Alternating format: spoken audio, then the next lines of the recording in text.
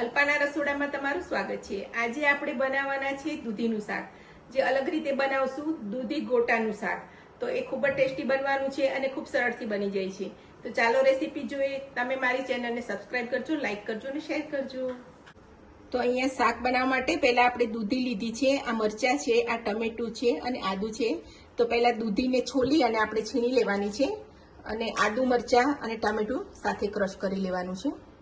તો આપણી દૂધી છીણાઈ ગઈ છે અને આદુ મરચાં અને ટમેટું મેં રફલી ચોપ કરીને નાખી દીધા છે અને એની સાથે આપણે 1 ચમચી સિંગદાણા નાખી દઈશું અને આ બધું આપણે ક્રશ કરી લેવાનું છે। તો આપણે છીણેલી દૂધી લઈ લીધી છે, એની અંદર આપણે હવે લોટ નાખીશું। પહેલા આપણે ગોટા બનાવી લઈશું દૂધીના। તો આ 4 ચમચી જેવો ચણાનો લોટ છે અને આ 4 ચમચી જેવો ભાખરીનો લોટ છે, જે ઘઉંનો કરકરો લોટ। હવે એની અંદર આપણે મસાલા કરી દઈશું। તો 1 ચમચી મરચું ને આ હળદર, થોડું ધાણા જીરું, મીઠું નાખીશું।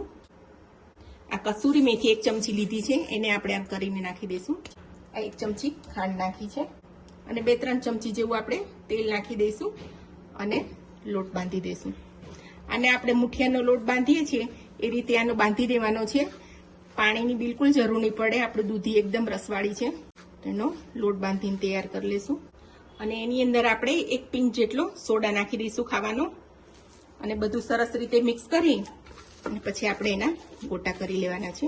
તો આપણું તેલ ગરમ થઈ ગયું છે, એના આ રીતે આપણે ગોટા વાળી અને મૂકી દેવાના છે। તમારે જેટલી સાઈઝના કરવા હોય એ સાઈઝ પ્રમાણે તમારે કરી લેવાના છે। તેલવાળો હાથ કરીએ એટલે બિલકુલ ચોટતા નથી ને સરસ આપણા ગોટા તૈયાર થઈ જાય છે। થોડા થોડા હલાવી અને આપણે એને તળી લેવાના છે। તો અહીંયા આપણે તેલ થોડું કાઢી લીધું છે અને આની જ અંદર આપણે શાક બનાવવાનું છે।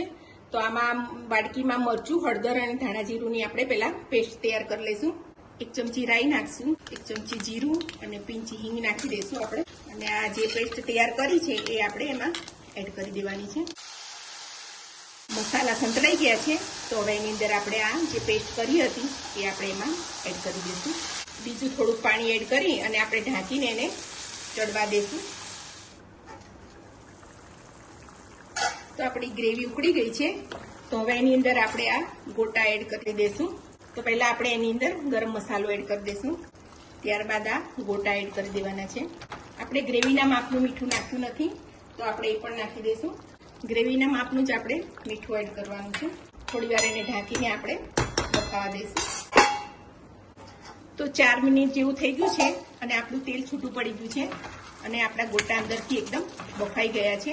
તો આપણે હવે એની અંદર આ અડધી ચમચી જેવો લીંબુનો રસ નાખી દઉં છું। તમારે જો આમાં ગળપણ નાખ્યું હોય તો નાખી શકો છો। આપણે ગોટામાં થોડી ખાંડ નાખી હતી એટલે આની અંદર આપણે નથી નાખી। તો છેલ્લા કોથમરી નાખી દઈશું। તો આપણું શાક તૈયાર થઈ ગયું છે અને હવે આપણે સર્વિંગ બાઉલમાં લઈ લઈશું।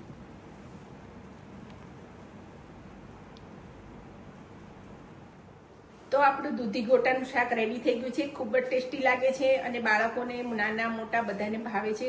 તો આ રેસીપી તમે જરૂરથી ટ્રાય કરજો। મારી ચેનલને સબસ્ક્રાઇબ કરજો, લાઈક કરજો અને શેર કરજો।